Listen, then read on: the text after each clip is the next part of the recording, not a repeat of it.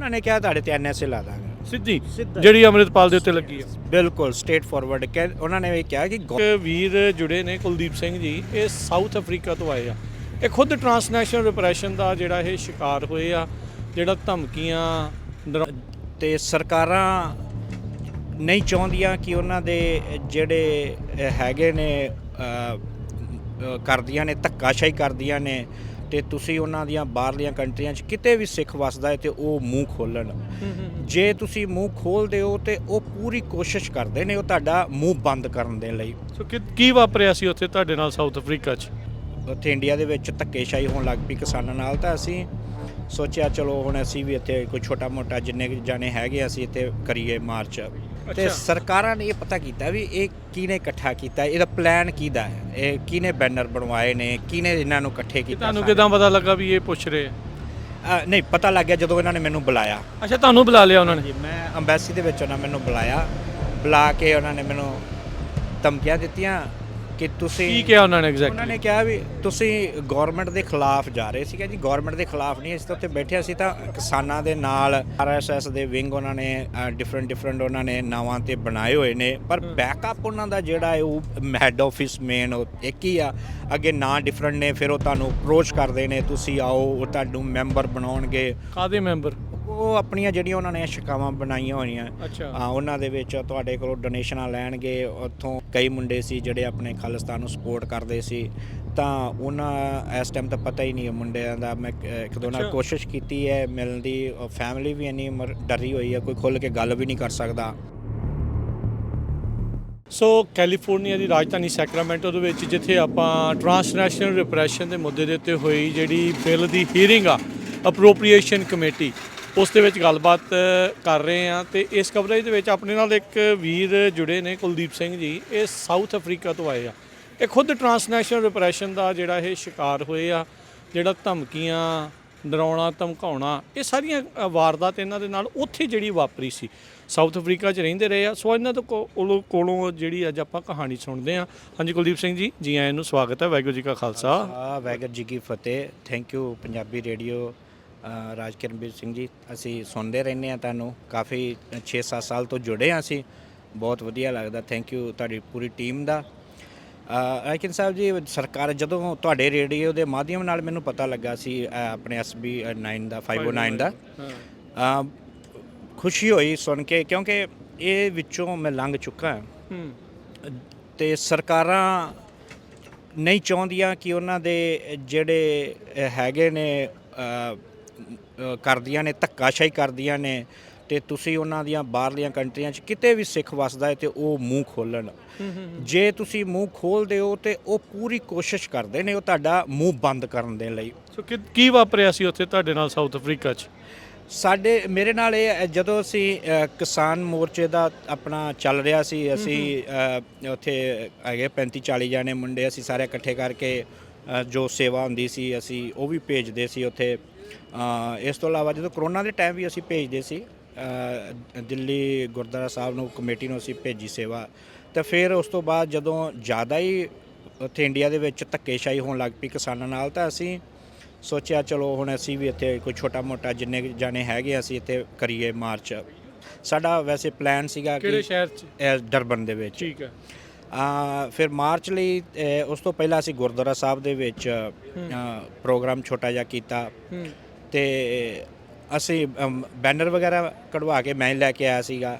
ਤੇ ਸਰਕਾਰਾਂ ਨੇ ਇਹ ਪਤਾ ਕੀਤਾ ਵੀ ਇਹ ਕਿਹਨੇ ਇਕੱਠਾ ਕੀਤਾ, ਇਹਦਾ ਪਲਾਨ ਕਿਹਦਾ ਹੈ, ਇਹ ਕਿਹਨੇ ਬੈਨਰ ਬਣਵਾਏ ਨੇ, ਕਿਹਨੇ ਇਹਨਾਂ ਨੂੰ ਇਕੱਠੇ ਕੀਤਾ। ਤੁਹਾਨੂੰ ਕਿਦਾਂ ਪਤਾ ਲੱਗਾ ਵੀ ਇਹ ਪੁੱਛ ਰਹੇ ਆ? ਨਹੀਂ ਪਤਾ ਲੱਗ ਗਿਆ ਜਦੋਂ ਇਹਨਾਂ ਨੇ ਮੈਨੂੰ ਬੁਲਾਇਆ। ਅੱਛਾ, ਤੁਹਾਨੂੰ ਬੁਲਾ ਲਿਆ ਉਹਨਾਂ ਨੇ? ਜੀ, ਮੈਂ ਅੰਬੈਸੀ ਦੇ ਵਿੱਚ ਉਹਨਾਂ ਮੈਨੂੰ ਬੁਲਾ ਕੇ ਉਹਨਾਂ ਨੇ ਮੈਨੂੰ ਧਮਕੀਆਂ ਦਿੱਤੀਆਂ ਕਿ ਤੁਸੀਂ ਕੀ ਕਿਹਾ ਉਹਨਾਂ ਨੇ ਐਗਜ਼ੈਕਟਲੀ? ਉਹਨਾਂ ਨੇ ਕਿਹਾ ਵੀ ਤੁਸੀਂ ਗਵਰਨਮੈਂਟ ਦੇ ਖਿਲਾਫ ਜਾ ਰਹੇ ਸੀਗੇ। ਜੀ ਗਵਰਨਮੈਂਟ ਦੇ ਖਿਲਾਫ ਨਹੀਂ, ਅਸੀਂ ਤਾਂ ਉੱਥੇ ਬੈਠੇ ਸੀ ਤਾਂ ਕਿਸਾਨਾਂ ਦੇ ਨਾਲ।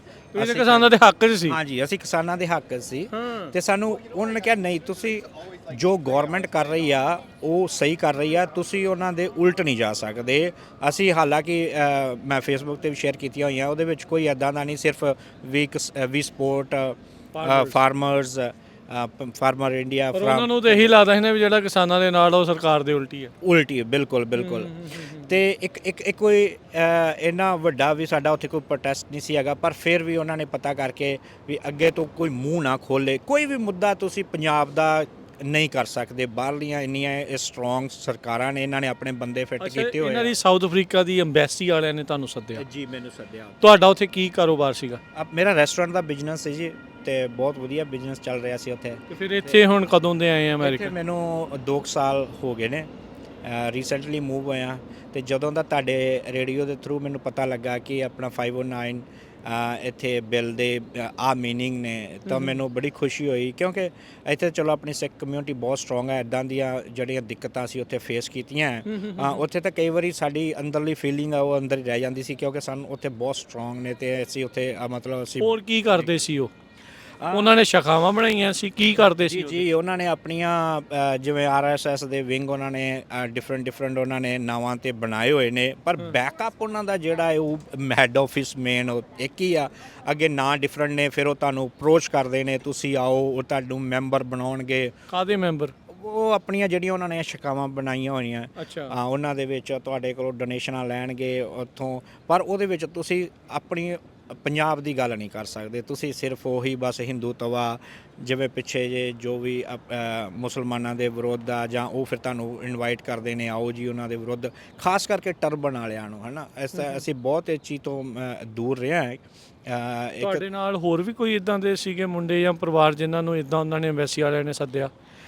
ਦੇਖੋ, ਹੋਰਾਂ ਦਾ ਤਾਂ ਮੈਨੂੰ ਪਤਾ ਨਹੀਂ, ਪਰ ਡੈਫੀਨੇਟਲੀ ਅਸੀਂ ਬਹੁਤ ਛੋਟਾ ਜਿਹੇ ਇੱਥੇ ਕਮਿਊਨਿਟੀ, ਤੁਹਾਨੂੰ ਜਿਵੇਂ ਮੈਂ ਦੱਸਿਆ ਕੋਈ ਜ਼ਿਆਦਾ ਫੈਮਲੀਆਂ ਨਹੀਂ ਹੈ, ਪਰ ਡੈਫੀਨੇਟਲੀ ਉਹ ਜਿਹੜੇ ਵੀ ਇੱਦਾਂ ਦੇ ਹੈਗੇ ਸੀਗੇ ਉਹਨਾਂ ਨੇ ਸੱਦਿਆ, ਬੁਲਾਇਆ ਹੈ। ਜੋਨਸਬਰਗ ਦੇ ਵਿੱਚ ਵੀ ਮੈਂ ਪਤਾ ਕੀਤਾ, ਉੱਥੇ ਵੀ ਕਈ ਮੁੰਡੇ ਸੀ ਜਿਹੜੇ ਆਪਣੇ ਖਾਲਿਸਤਾਨ ਨੂੰ ਸਪੋਰਟ ਕਰਦੇ ਸੀ, ਤਾਂ ਉਹਨਾਂ ਇਸ ਟਾਈਮ ਤਾਂ ਪਤਾ ਹੀ ਨਹੀਂ ਮੁੰਡਿਆਂ ਦਾ। ਮੈਂ ਇੱਕ ਦੋ ਨਾਲ ਕੋਸ਼ਿਸ਼ ਕੀਤੀ ਹੈ ਮਿਲਣ ਦੀ, ਫੈਮਿਲੀ ਵੀ ਇੰਨੀ ਡਰੀ ਹੋਈ ਹੈ, ਕੋਈ ਖੁੱਲ੍ਹ ਕੇ ਗੱਲ ਵੀ ਨਹੀਂ ਕਰ ਸਕਦਾ। ਤਾਂ ਇਹ ਜਿਹੜਾ ਟ੍ਰਾਂਸਨੈਸ਼ਨਲ ਰਿਪਰੈਸ਼ਨ ਹੋਇਆ, ਹਾਂਜੀ। ਤੇ ਜਦੋਂ ਪਤਾ ਲੱਗਾ ਤੁਹਾਡੇ ਰੇਡੀਓ ਦੇ ਥਰੂ ਕਿ ਇਹ ਹੁਣ ਕੈਲੀਫੋਰਨੀਆ ਦੇ ਵਿੱਚ ਬਿੱਲ ਪਾਸ ਹੋਣਾ, ਤੇ ਬੜੀ ਖੁਸ਼ੀ ਹੋਈ ਆ। ਤੇ ਮੈਂ ਚਾਹੁੰਦਾ ਸੀ ਅਗਰ ਮੈਨੂੰ 2 ਮਿੰਟ ਲਈ ਬੋਲਣ ਦਿੱਤਾ ਜਾਂਦਾ, ਤੇ ਮੈਂ ਟਾਈਮ ਸ਼ਾਰਟ ਸੀਗੇ, ਕੁਝ ਕਹਿ ਨਹੀਂ ਸਕਿਆ ਕਿ ਬਾਹਰ ਆਊਟ ਆਫ ਦੂਸਰੀਆਂ ਕੰਟਰੀਆਂ ਦੇ ਵਿੱਚ ਕੀ ਹੋ ਰਿਹਾ ਹੈ ਉੱਥੇ। ਹਾਂਜੀ, ਸੇਮ ਉੱਥੇ। ਮੈਂ ਤੁਹਾਨੂੰ ਇਹ ਸਲਾਹ ਦਊਂਗਾ, ਚਲੋ ਆਪਾਂ ਉਮੀਦ ਕਰਦੇ ਹਾਂ ਵੀ ਸੈਨੇਟ 'ਚੋਂ ਇਹ ਪਾਸ ਹੋਵੇ, ਜਦੋਂ ਅਸੈਂਬਲੀ ਦੀ ਕਮੇਟੀ ਦੇ ਵਿੱਚ ਜਾਣਾ ਉਦੋਂ ਬੋਲਣ ਦਾ ਮੌਕਾ ਮਿਲਣਾ, ਤੁਸੀਂ ਤਿਆਰ ਕਰਕੇ ਰੱਖੋ ਜੀ। Thank you very much. ਜ਼ਰੂਰ ਅਸੀਂ ਤੁਹਾਡੇ ਰੇਡੀਓ ਨੂੰ ਅਸੀਂ ਫੋਲੋ ਕਰਦੇ ਰਹਿੰਦੇ ਹਾਂ। ਜਦੋਂ ਵੀ ਨੈਕਸਟ ਇਹਨਾਂ ਦਾ ਸੈਸ਼ਨ ਹੋਏਗਾ, ਜਦੋਂ ਵੀ ਬੁਲਾਉਣਗੇ, ਤੇ ਉਦੋਂ ਜ਼ਰੂਰ ਆਵਾਂਗੇ ਔਰ ਜ਼ਰੂਰ ਬੋਲਾਂਗੇ। ਇਹ ਸਾਡਾ ਫਰਜ਼ ਵੀ ਬਣਦਾ ਹੈ, ਔਰ ਅਸੀਂ ਕਿੰਨਾ ਚਿਰ ਡਰ ਕੇ ਰਵਾਂਗੇ। ਹੁਣ ਮਤਲਬ ਹੈਂਡ ਅਪ ਹੋ ਗਿਆ, ਹੁਣ ਤਾਂ ਨਹੀਂ, ਇੰਨਾ ਨਹੀਂ ਧੱਕਾ ਸਹਿ ਸਕਦੇ। ਅਸੀਂ ਵੀ ਇਨਸਾਨ ਆ, ਸਾਡਾ ਵੀ ਇੱਕ ਫੀਲਿੰਗ ਆ, ਹਰ ਇਨਸਾਨ ਦੀ ਇੱਕ ਫੀਲਿੰਗ ਆ। ਸਾਡਾ ਵੀ ਜੀ ਕਰਦਾ ਅਸੀਂ ਆਪਣੀ ਕਮਿਊਨਿਟੀ ਦੇ ਨਾਲ ਖੜੀਏ, ਅਸੀਂ ਆਪਣੇ ਲੋਕਾਂ ਨਾਲ ਖੜੀਏ। ਡਜ਼ਨਟ ਮੈਟਰ ਸਾਡੀ ਜ਼ਮੀਨ ਹੈ ਜਾਂ ਨਹੀਂ ਹੈ। ਜੇ ਸਾਡੇ ਫਾਰਮਰ ਉੱਥੇ 1.5 ਸਾਲ ਤੋਂ ਬੈਠੇ ਨੇ, ਹਜ਼ਾਰਾਂ ਫਾਰਮਰ ਜਿਹੜੇ ਹੋ ਗਏ ਨੇ, ਆਖਰ ਤਾਂ ਸਾਡੇ ਹੀ ਲੋਕ ਨੇ। ਜੇ ਅਸੀਂ ਉਹਨਾਂ ਲਈ ਖੜਾਂਗੇ ਨਹੀਂ, ਅਸੀਂ ਤੇ ਫਿਰ ਬੱਝ ਕੇ ਅਸੀਂ ਕਿੰਨਾ ਚਿਰ ਜ਼ਿੰਦਗੀ ਐ ਤਾਂ ਨਹੀਂ ਕੱਟੀ ਜਾਂਦੀ। ਜੇ ਕਿਸੇ ਲਈ ਨਹੀਂ ਖੜਦੇ ਤੇ ਕੋਈ ਤੁਹਾਡੇ ਲਈ ਨਹੀਂ ਖੜਦਾ ਹੁੰਦਾ। ਇਹ ਗੱਲ ਤੇ ਬਿਲਕੁਲ ਸਹੀ ਹੈ। ਸੋ ਕੁਲਦੀਪ ਸਿੰਘ ਹੋਣਾ ਨੇ, ਜੋ ਕਿ ਡਰਬਨ ਸਾਊਥ ਅਫਰੀਕਾ ਤੋਂ ਇੱਥੇ ਮੂਵ ਹੋਏ ਆ, ਇਹਨਾਂ ਨੇ ਟ੍ਰਾਂਸਨੈਸ਼ਨਲ ਰਿਪਰੈਸ਼ਨ ਦੇ ਮੁੱਦੇ ਦੇ ਜੋ ਵਿਕਟਮ ਆ, ਪੀੜਤ ਰਹੇ, ਉਹਨਾਂ ਨੇ ਇਹ ਦੱਸਿਆ। ਸੋ ਤੁਸੀਂ ਜਸਟ ਇਮੈਜਿਨ ਕਰੋ, ਜਿੱਥੇ 30-35 ਪਰਿਵਾਰ ਆ, ਉੱਥੇ ਅੰਬੈਸੀਆਂ ਕਿਸ ਤਰੀਕੇ ਦੇ ਨਾਲ, ਉੱਥੇ ਇੰਡੀਅਨ ਸਰਕਾਰ ਕਿਸ ਤਰੀਕੇ ਦੇ ਨਾਲ ਤੁਹਾਡੇ ਉੱਤੇ ਡਰਾ ਰਹੀ ਆ, ਧਮਕਾ ਰਹੀ ਆ, ਤੇ ਉਹ ਚੀਜ਼ਾਂ ਕਰ ਰਹੀ ਆ। ਤੇ ਬਾਕੀ ਥਾਵਾਂ ਦੇ ਉੱਤੇ ਤੁਸੀਂ ਅੰਦਾਜ਼ਾ ਲਾ ਹੀ ਸਕਦੇ ਕੀ ਕੁਛ ਕਰਦੀ ਹੋਊਗੀ।